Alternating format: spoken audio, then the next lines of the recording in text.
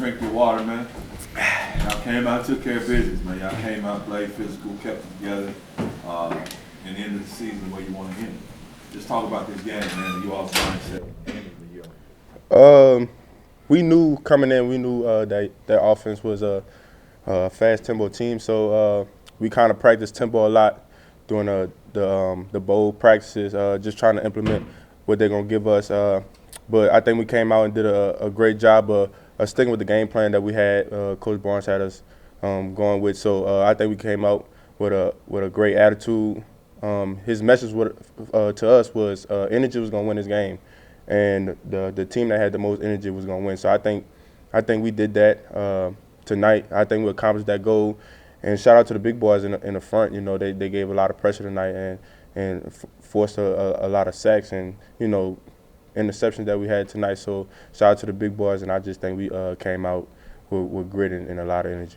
And Seth, what'd you see, man? You came out 20 or 29, 3 touchdowns. And like you got your momentum and you got your rhythm and you just started picking them apart. So what did you see from Utah State, and what are you so impressed about your offense and your squad? I feel like all of our offensive skill players played well today. In the second quarter, we just had a spark, like you kind of mentioned, and I'm just proud of them and the way they finished the season. Like you kind of mentioned about the energy, that was a big deal. Just, you know, whatever team wanted it more was going to win the game. And, you know, we just trusted our plan coming into the game, and we had a bunch of players make plays. You know, Jay had a long touchdown run, and had a couple here and there. Prescorn had a touchdown. Eddie had a good over-the-shoulder catch. Joe had one up the sideline. So they were just getting open for me. And then with enough time, we're, you know, having successful offense. Seth, did the SMU game enter your mind at all in the preparations for this, how it ended last time versus coming in here today? No, not really. I knew it was the same stadium, obviously, but, you know, I put the past in the past, and I was focused on that opponent, Utah State. Did it feel like a better homecoming this time, at least? Yeah, for sure. Just, you know, getting a win. So that's all it's really about. So just happy we sent the seniors off the right way. Quindell, for you, obviously, the last time some of you guys were for a bowl game in Dallas, it didn't go the way you wanted. So to come back and get the bowl win here in Dallas, what does it mean for you seniors who remember the Cotton Bowl, who remember those SMU losses, to get this win and be like, put all that behind y'all and y'all got it? Yeah, I don't think there's probably maybe a couple seniors that was on the team who went to the Cotton Bowl, but I don't think that really kind of crossed our mind. We just wanted to focus on this game, win this game, and go out champions and go out the right way. So I think our mentality was just, you know, just to go out the right way and focus on it and win the game. Quindell, as you've come into this last 2-week stretch, has the emotions or have the thoughts set in that this was it for you, that this was the final time for you? Have you really had a chance to kind of reconcile that yet? It's crazy because I really didn't. You know, I just felt like I knew it was coming to an end, but, you know, I just went by it day by day and just trying to enjoy my brothers, you know, just enjoy everybody. And I think that whole process was me just being where my feet are, knowing that, you know, the end was coming, but I just wanted to be where my feet are.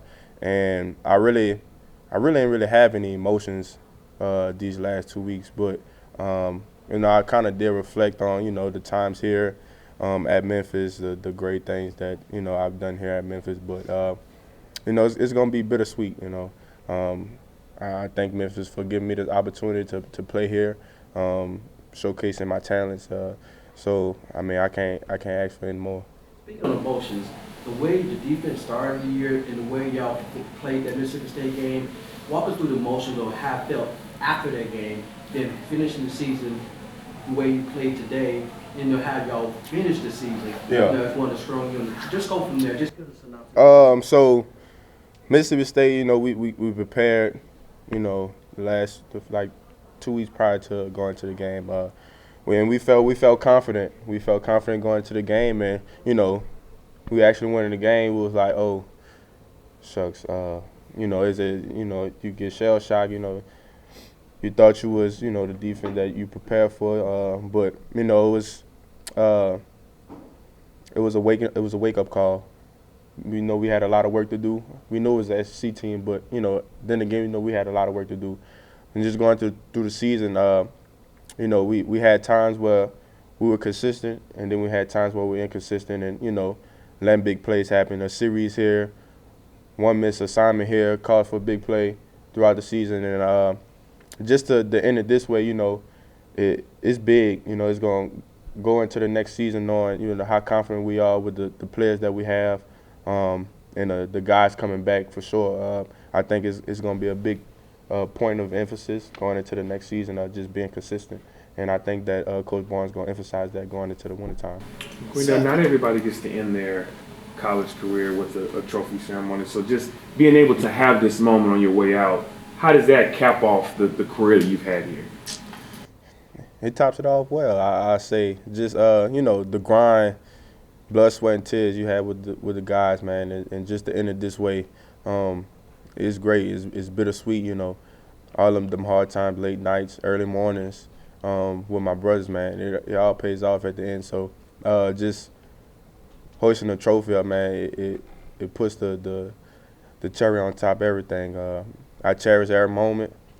I love the guys, man. I told everybody, for the most part, if not everybody on the sideline, I got to most of them, told them I love them and I appreciate them for everything that they've done, and just continue to follow the process. And I think that's the great thing about it. And then for you, Seth, as you guys look toward next season and try to build on this year, how exciting is it to see that some of the guys that are coming back were able to do what they were able to do today? It's really exciting. Just, I feel like in my mind they've all been capable of that the entire season, and plays have been there and they haven't been there. But I'm just happy that most of our guys are coming back. A lot of skill position and pre-scoring running backs. With this day and age, there's transfer portal and everything's just crazy, and there's not much loyalty to a team. So I'm just grateful. Right now, things could happen, but what I know is that most of our guys are coming back. So obviously we're losing a great player in Quindell, and Zay, Tyler, and then a bunch of other guys. But I'm fortunate that a lot of those guys are coming back next season. Seth, for you guys, speaking on that, a lot of guys said that this could be a momentum builder for next year with the way you guys play, with so many guys stepping up with this defense, with another year under Barnes. How confident do you guys feel even more now that this can be something where, hey, we can build on this even more going into 23? Yeah, obviously, things didn't hash out the way we wanted to this season, but a lot of the games were winnable in my opinion, and closer than the scoreboard may entail and things like that. It'll be my first year being under the same coordinator for back-to-back years, and obviously Barnes will be back. I hope all of our coordinators stay. So just to continue to build that chemistry with everyone together.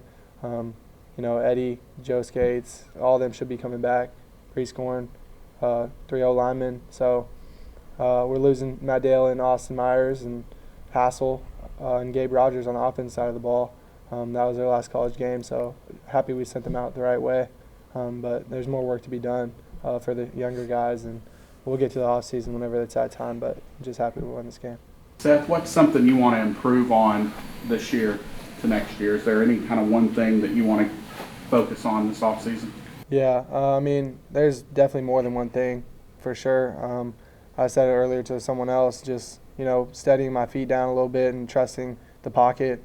That's been one of the recurring themes for me that's caused issues and, negative plays. So I just need to, relax a little bit. Intermediate throws to my left, on the run to my left. There's a bunch of things, but we'll get more into that, and whenever we break down the games and do self-analysis, all that type of stuff, offensive analysis. So we'll get to that later. Hey, Seth, the first 3 drives, it seemed like you guys had a lot of rust on the offense. It's just like it wasn't clicking, but something happened in the second quarter and it began to click. What happened in the second quarter to get you guys back on track? We just stopped taking negative plays and stopped hurting ourselves. I took a couple sacks early, which obviously stalled out drives, and then I feel like we had a lot of penalties, which is unlike us this season. I know coming into the game we were top 5 in the country, least penalized teams. So we had a lot of flags thrown that kind of stalled out drives to a certain extent. And then obviously I took a sack, and then we had a holding call or something, and then I fumbled. So that was bad. But, that spark in the second quarter really helped us to win the game, just because the rest of the game is kind of just – in the second half we were kind of just trying to, maintain clock management and things like that. So.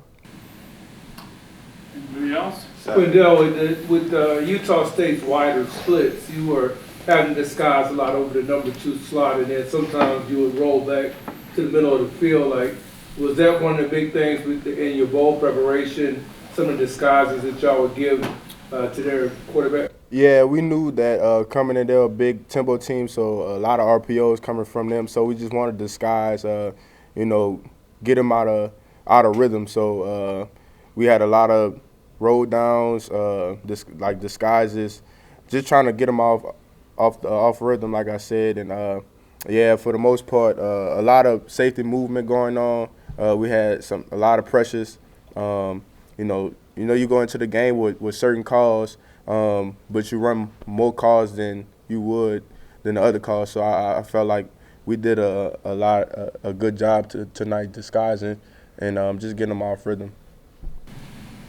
Seth, what's it like to be back in Dallas for a bowl game and play in front of lots of your friends, family, and all that? Yeah, I mean, it's great just to be back. We were here last week, but even more people got to come to this game just because the holiday break. So I had 14 family members and a couple friends show up. It's good for us to put on a good performance for them, and feels good just to be able to see them after the game. And obviously the season's concluding, so I'll just drive 35 minutes and be home, spend some time with them. So I'm just grateful to have people around me and the teammates and coaching staff that I have around me